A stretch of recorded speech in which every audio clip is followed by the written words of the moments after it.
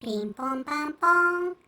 こちらの注意事項をお読みになり、動画の開始までもう少々お待ちください。待ってる間にチャンネル登録していただきますと、とっても喜びます。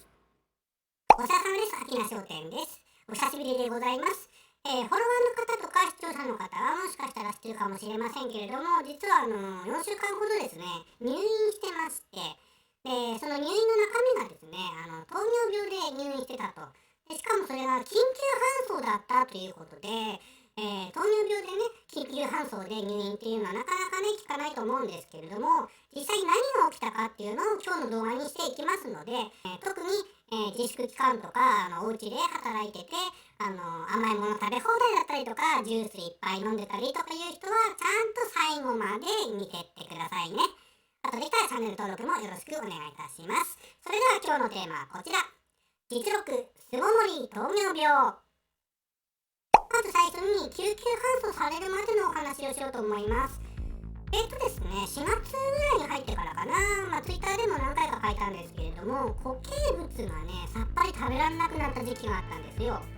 で最初はね、いろいろストレスとか、それから仕事がなくなったりとかいう不安とか、そういうことで体調崩してたんかなーって思ってたんだけれども、で、固形物、要はご飯とかお肉とか、食べられなくなったので、じゃあどうしようかということで、風邪ひいた時とかの参考に、ゼリー、ウイダインゼリーであるとか、それからジュースとかでね、なんとかしようと思ったんですよ。なんとかそれでね、繋いでた時期もあったんですけれども、それをね、今度入っちゃうんですよ。どうしても飲んだ分全部入っちゃうような状況になって、これはまずいよねということで、一回、お医者さんに行ったんですね、近くのお医者さんに。でそしたら、どうも腸の方がなかなか動いてないよというところで、腸の方を整えれば胃のなんとかなるんじゃないかということで、お薬もらったんですけどね。でそしたらそのお薬が漢方だったりしてね、すごく苦くて、で苦いのはいいんだけど、胃に入った瞬間すごくね、この燃えるような感じがしたのよね。でそれでまた薬飲んで吐いちゃうっていうことだったんで、これはまずいよねっていうことで、いたんですけれども、数日ね、薬を飲みながら良くなるのを待ってたんですけれども、さっぱり良くならないと。でそうこうしてるうちに搬送される日ですね、夜中にちょっと吐いてしまいまして、でずっと吐いてたんですけれども、そこにね血が混じってたんですよ、だいぶね。おそらく胃が荒れてて、でそれから血入れたのかなっていうことで、これはまずいということで救急車を呼んだと、そういう次第で、病院に行ったんですね。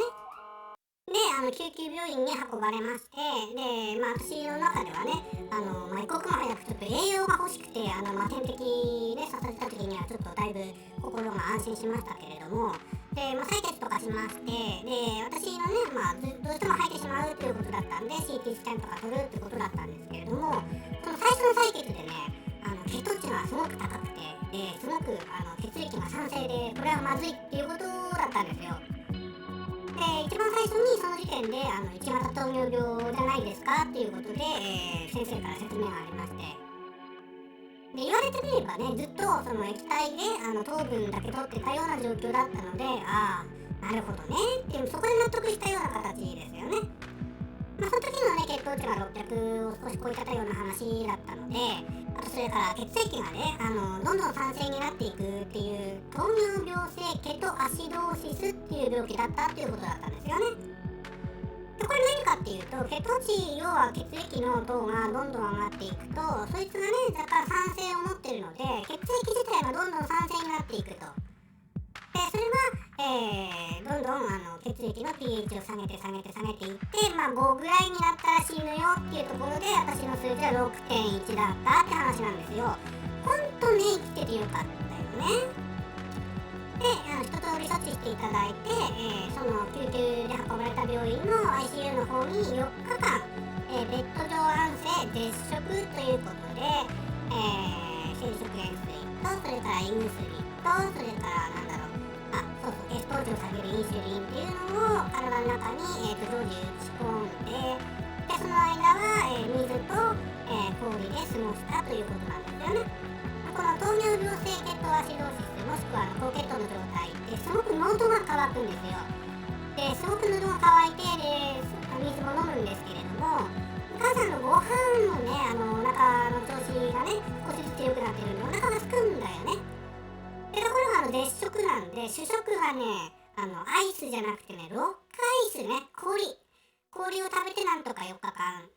過ごしていたという感じですね。で、その間ですね、頸動脈とそれから両手首から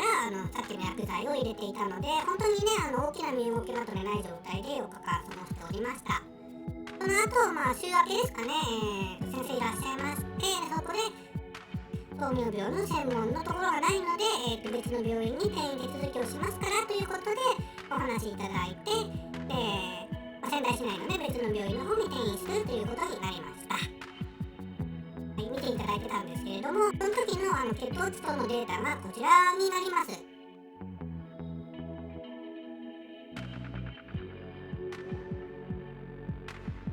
もう今見るだけでもね、よく生きてたよねっていう数字ばっかりなんですよね。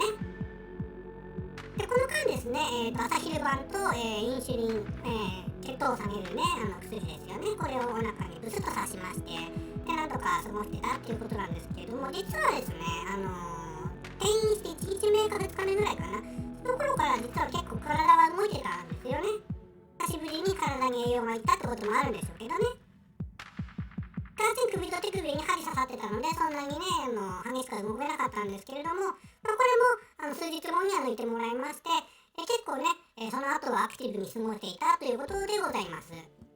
実はAmazon からね、靴を取り寄せたりして結構歩いたりしてたんですけども、なんでかっていうと、ちゃんと運動するとね、血糖値っていうのはね、戻るんですね。少しずつ下がるんですね。なので薬を打ちながら、階段ね、上り下りとか、いろいろ新型コロナウイルスとかの影響でね、病院内も全部自由に行けたわけでもないし、庭も歩けたわけでもなかったので、主に階段のね、上り下りとか、それからラジオ体操とかしながらね、日々過ごしておりました。で、そうこうしてるうちにだんだん血糖値も、下がってきて、で、ご飯も、本当のこと言うと転院した直後からご飯を全部食べれたっていう結構奇跡だったんですけれども、ご飯も全部食べれてるし、血糖値もだんだん安定してきてて動いてるのでということで、別なフロアの糖尿病患者さんの、少し軽度な方のフロアに転院して、その後は、同じように注射を打ちながら、少しずつ注射の方も少なくしていって薬に変えていって様子を見ましょうねということで、引き続き入院をしておりました。で、その頃からは本当に復帰のために歩いたり運動したりの他にもストレッチであるとか、それから筋トレも少しずつ始めて、退院する時にはもうちゃんと少しでもいいから動けるようにということで準備をしつつ、退院を待ったということになります。で、退院時の、保険、診断としては2型糖尿病ということで、診断を受けました。この2型糖尿病っていうのは、膵臓の中にあるそのインスリンを出すラミノハンス糖でしたっけね。で、こちらがまだちゃんと生きているんだけども、普通の人よりはだいぶ活動量が少なくて、少し薬等で補ってあげれば普通の生活ができるよと、こういう状況ですよね。インスリンとかお腹に打たずに投薬と、それから食事制限、それから運動治療ですね、やっております。なのでお菓子とかは食べられないし、それからお酒もね、お酒もしばらく飲めません。ノンアルのビールとかだったらね、ちゃんと、1缶あたりで、栄養計算して、記録していけばコントロールできるかなっていうところはね、管理栄養士さんには聞いたんだけどね。で、最終的になんでこの、糖尿病性血糖アシドーシスになったのか、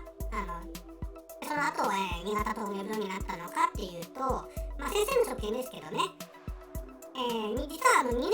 ぐらい健康診断をね受けてなかったんですよ。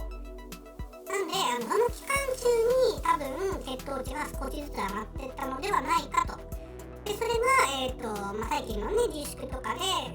ジュース飲んだりとか、それから運動不足になったりとかで急に血糖値が上がってきて、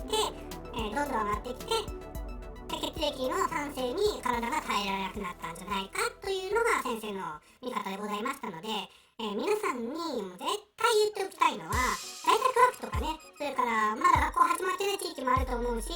それこそ日本だけじゃなくてね、世界的にはいろんな施策が動いてると思うんだけども、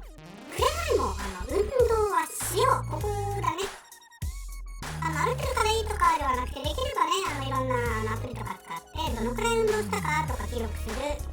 れからジュースとかね、アイスとかね、この際だからって言って大人食いしない高校ですよね。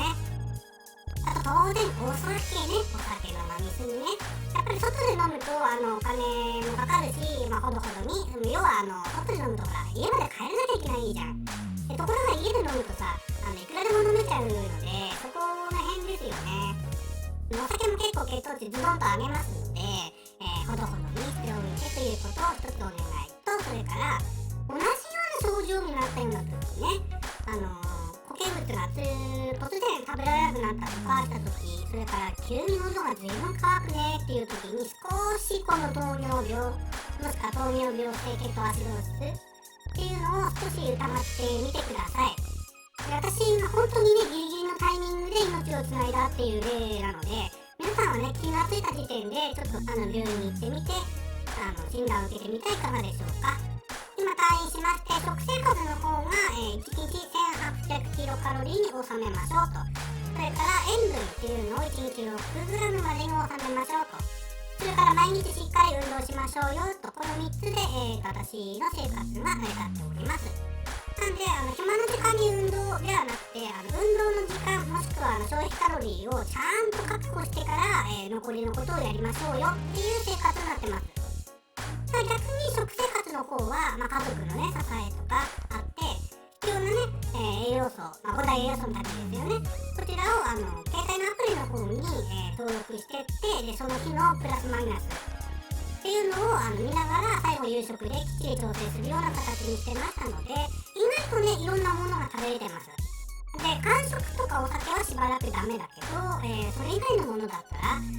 結構な量食べられますので、その辺はご心配なさらず、次にもしリアルで会うことがあれば、多分ね10キロから15キロぐらいねスマートになってると予想されますので、皆様ぜひお楽しみにというところでございます。はい、というわけで今日は実力巣ごもり糖尿病についてお伝えいたしました。